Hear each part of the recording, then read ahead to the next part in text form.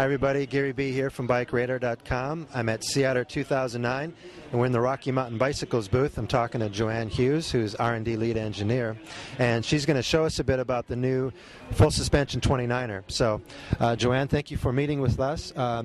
Give us a quick overview of this bike and why you guys have it in the prototype phase and what we can expect with the full production.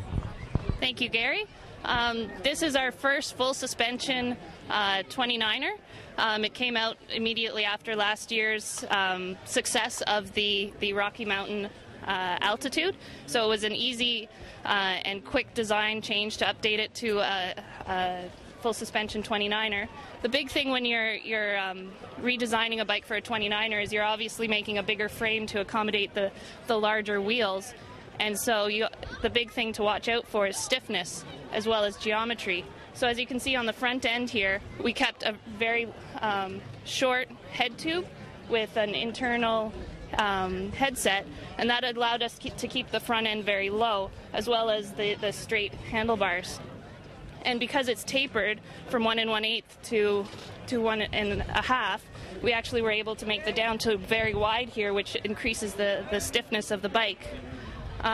Going across the frame, you also, with the bigger frame, want to have plenty of standover for obvious reasons.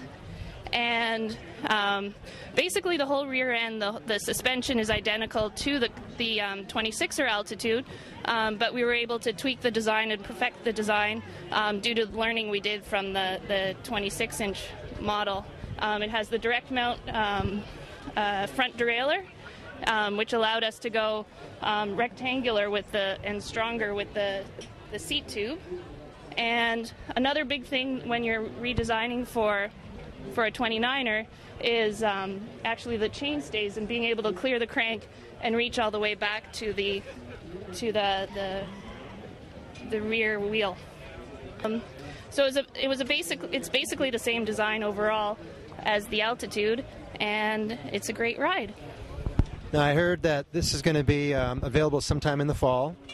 And we're not quite sure the price yet because this is a 2010 prototype, right? Correct. This is a prototype. It's the first version we've seen of it welded up in our Vancouver prototype shop, where we also have our R&D shop.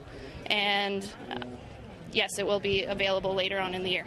Wonderful. Well, thank you so much, Joanne. Thanks for talking with us. And we'll be moving on and talking about some more good stuff from Seattle. Thanks for listening.